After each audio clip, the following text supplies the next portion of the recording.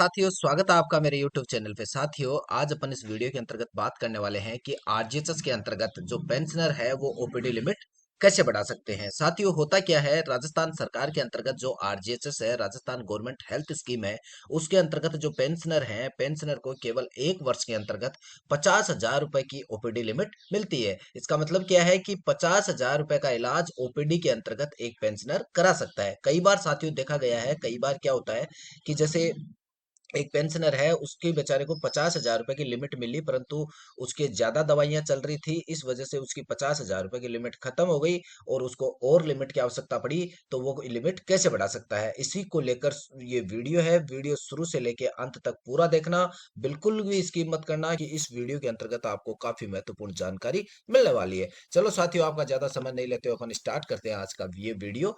OPD limit बढ़ाने से पहले साथियों, अपन सबसे पहले महत्वपूर्ण बात करेंगे कि ओपीडी लिमिट बढ़ाने की जो पावर है वो किस किस स्तर पे कितनी कितनी किन किन को दी गई है।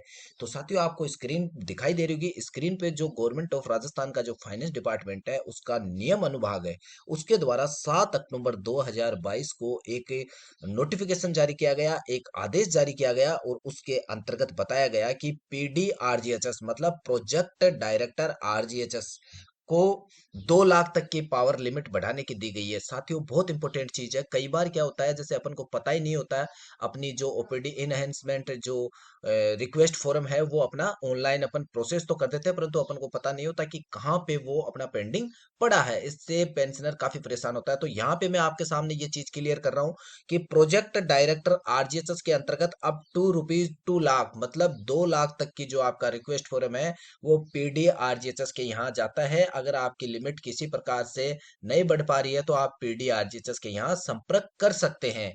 इसके बाद में जो डायरेक्टर एसआईपीएफ है, उनको पावर दी गई है 2 लाख से 5 लाख तक की बढ़ाने की। मतलब आपकी रिक्वेस्ट अगर 2 से 5 लाख तक है तो आप डायरेक्टर एसआईपीएफ के यहाँ संपर्क कर सकते हैं।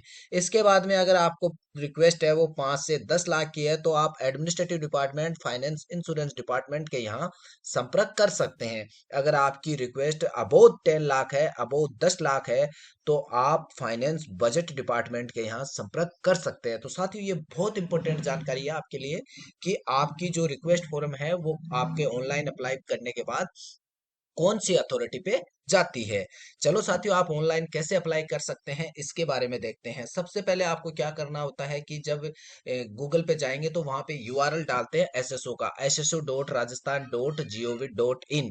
जैसे ही आप गूगल के अंदर अपना यूआरएल sso.rajasthan.gov.in एंटर करोगे तो आपके सामने जो स्क्रीन पे दिखाई दे रहा है, ऐसा इंटरफेस उपलब्ध होगा। इसके अंतर्गत आप अपनी एसएसओ आईडी डालेंगे, यूजर पासवर्ड डालेंगे और यहाँ पे कैप्चा इंसर्ट कराएंगे। जब आप लॉगिन करेंगे तो लॉगिन करने के बाद आपके सामने ऐसा डैशबोर्ड आएगा। इस पे आपको ध्यान देने योग्य बात यहाँ पे है कि जैसे मान लो कोई व्यक्ति अगर इन सर्विस है तो उसका जो आरजीएचएस वाला जो आइकन आता है वो G2G में आता है। मतलब ये मैंने ये तीर से हाईलाइट कर रखा है, तीर के निशान से।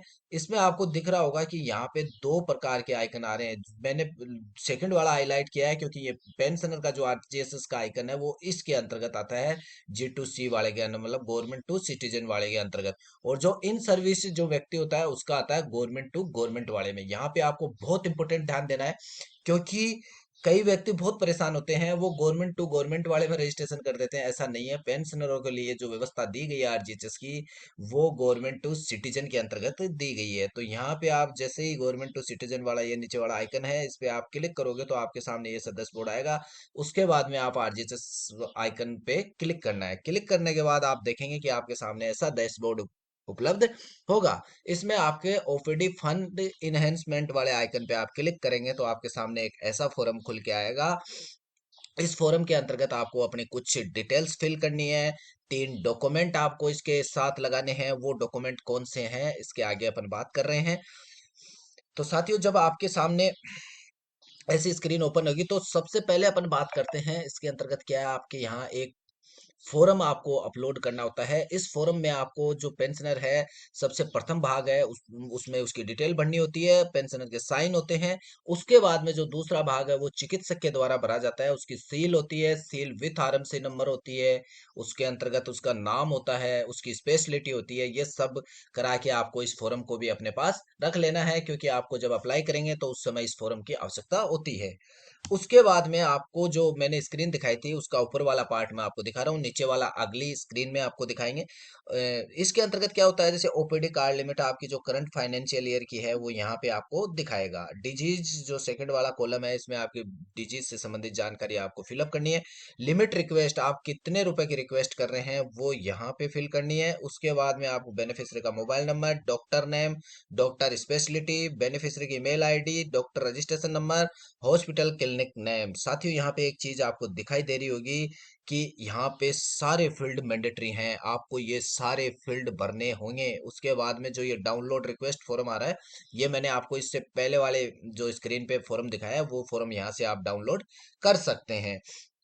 इसके बाद में नीचे आपके सामने यहाँ 3 डॉक्यूमेंट अटैच करने का ऑप्शन उसी स्क्रीन पे दिखाई दे रहा है। ये मैंने आपको आधा आधा करके इसलिए दिखाया है, क्योंकि आपको एक साथ दिखाता तो बहुत छोटा दिखता, इसलिए मैंने इसको आधा आधा करके आपको दिखाया है, जिससे आपको पूरा दिखाई दे। अपलोड सेक्शन के अंतर्गत डॉक्टर प्रिस्क्रिप्शन स्लिप आपको अपलोड करनी है, प्रीवियस मेडिसिन का आपका जो बिल है वो अपलोड करना है, और रिक्वेस्ट फॉर्म जो आपने इससे पहले वाली स्क्रीन पे आपने देखा वो अपलोड करना है। अब इनके संबंधित कुछ दिशा निर्देश क्या है साथियों, कि डॉक्टर प्रिस्क्रिप्शन मतलब क्या है, डॉक्टर कृपया डॉक्टर द्वारा लिखे हुए नवीनतम प्रिस्क्रिप्शन दस्तावेज पर डॉक्टर का नाम, डॉक्टर की विशेषज्ञता, दिनांक, ओपीडी नंबर, समस्त दवाओं के नाम, मैं मात्रा, वाइटल्स, प्रिस्क्रिप्शन की अवधि, सील साइन एवं आरएमसी नंबर का होना सुनिश्चित करेंगे।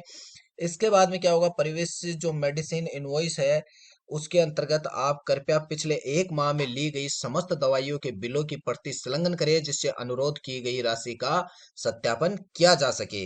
रिक्वेस्ट एप्लीकेशन फॉर्म के अंतर्गत आप क्या करेंगे, कृपया पोर्टल पे उपलब्ध प्रारूप को पूर्ण रूप से भरकर जिस डॉक्टर द्वारा दवा लिखी गई है उसके सील, साइन और आरएमसी नंबर के साथ संलग्न करें। तो यहाँ पे आप जब डॉक्यूमेंट अपलोड कर रहे हैं तो उसका आपको काफी ध्यान रखना है, क्योंकि उस पे सील भी होनी चाहिए, साइन भी होने चाहिए, डॉक्टर के आरएमसी नंबर भी होने चाहिए।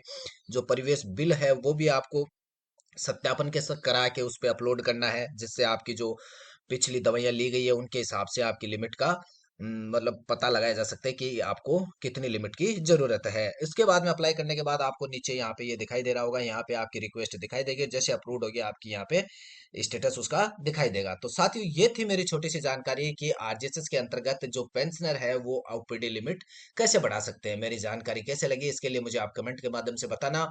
मेरे वीडियो को ज्यादा से ज्यादा शेयर करना, लाइक करना, चैनल को सब्सक्राइब जरूर करना। धन्यवाद दोस्तों।